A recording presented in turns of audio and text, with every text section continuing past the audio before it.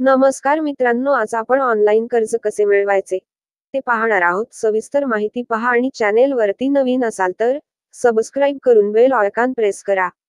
True balance वरून 1,00,000 रुपये कर्ज कसे घ्यायचे याविषयीची संपूर्ण माहिती व्हिडिओमध्ये शेवटपर्यंत पहा. सर्वप्रथम डिस्क्रिप्शन मध्ये कर्ज घेण्यासाठी लिंक दिलेली आहे. अप्लाय नाव वरती क्लिक करून आपण ट्रू बॅलन्स ॲप डाउनलोड करू शकतात. ट्रू बॅलन्स ॲप डाउनलोड केल्यानंतर ओपन करायचे आणि SMS, device information, user personal information, location आणि कॅमेरा परमिशन अलो करायची आहेत. त्यानंतर मोबाईल नंबर टाकून ट्रू बॅलन्स ॲपमध्ये रजिस्ट्रेशन पूर्ण करायचे आहेत. या ॲपमध्ये रजिस्ट्रेशन केल्यानंतर आपण ट्रू बॅलन्सच्या होमपेजवर याल व तेथे सर्व माहिती वाचा. आपण या ॲपविषयी सर्व माहिती जाणून घेऊ शकता. भारतीय रिझर्व्ह बँक सर्टिफाईड म्हणजेच NBFC चे सर्टिफिकेट पाहू शकता.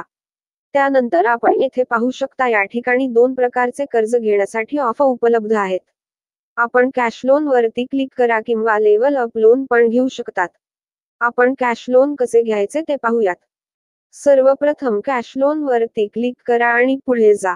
या ठिकाणी आपणच ऑनलाईन KYC करावी लागेल.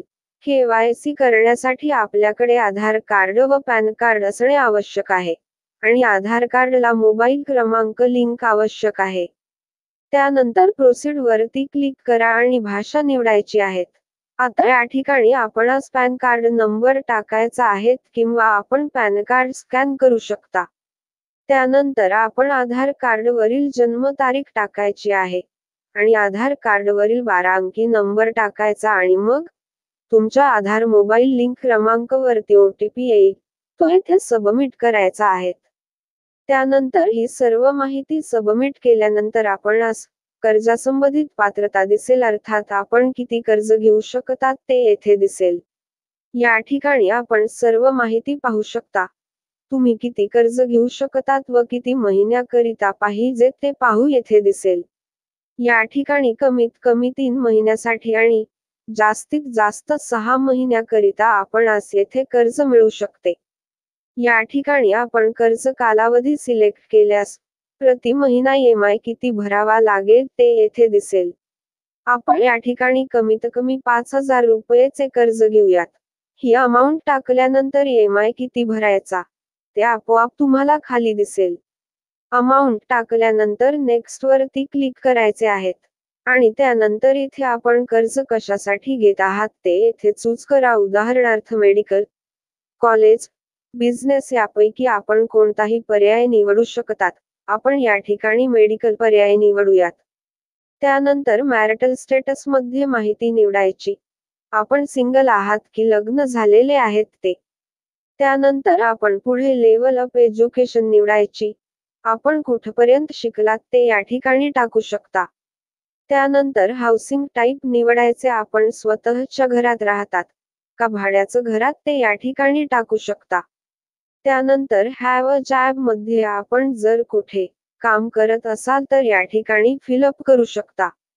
त्यानंतर एम्प्लॉयमेंट टाईप सांगायचे. आपण रेग्युलरली कॉन्ट्रॅक्ट मध्ये काम करत आहात का ते या ठिकाणी टाकावी लागेल. त्यानंतर आपण किती दिवसांपासून काम करत आहात ते या ठिकाणी सांगायचे आहेत आणि सबमिट करायचे आहेत. त्यानंतर आपण कोणत्या कंपनीमध्ये काम करतात ते या ठिकाणी निवडायची आणि पुढे जायचे. त्यानंतर व्हॉट इज युअर जॉब मध्ये कोणत्या प्रकारची काम आपण करत आहात ते या ठिकाणी सांगायचे आहे. त्यानंतर आपली महिन्याला किती इन्कम आहे ते आपण टाकायचे आहे. या ठिकाणी 1,000 पासून 1,00,000 पर्यंत आपण महिन्याची इन्कम टाकू शकता आणि प्रोसीड वरती क्लिक करा. त्यानंतर आपण या ठिकाणी तारीख टाकायची आहे. म्हणजेच आपली महिन्याला इन्कम कोणत्या तारखेला मिळते ते तारीख टाकायची आहे आणि नेक्स्ट वरती क्लिक करा. आपली महिन्याला इन्कम कशी मिळते, कॅश मध्ये की बँक खात्यात जमा होते ते आपण सिलेक्ट करायचे. त्यानंतर आपण याअगोदर कधी कुठे कर्ज घेतले आहेत का त्याविषयी माहिती द्यायची. जर आपण याअगोदर कर्ज घेतले असेल तर येस किंवा नो करायचे आणि प्रोसीड वरती क्लिक करायचे.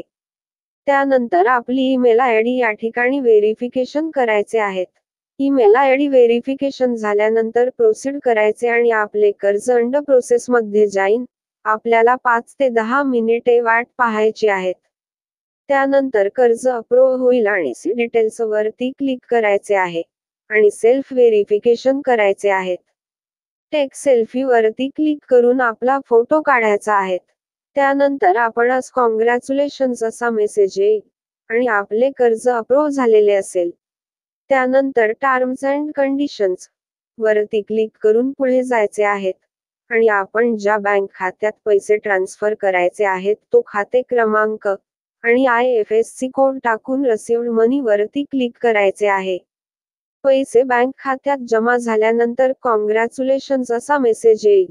तर मित्रांनो, अशा प्रकारे आपण घरी बसून मोबाईलवरती सोपे पद्धतीने कर्ज घेऊ शकतात.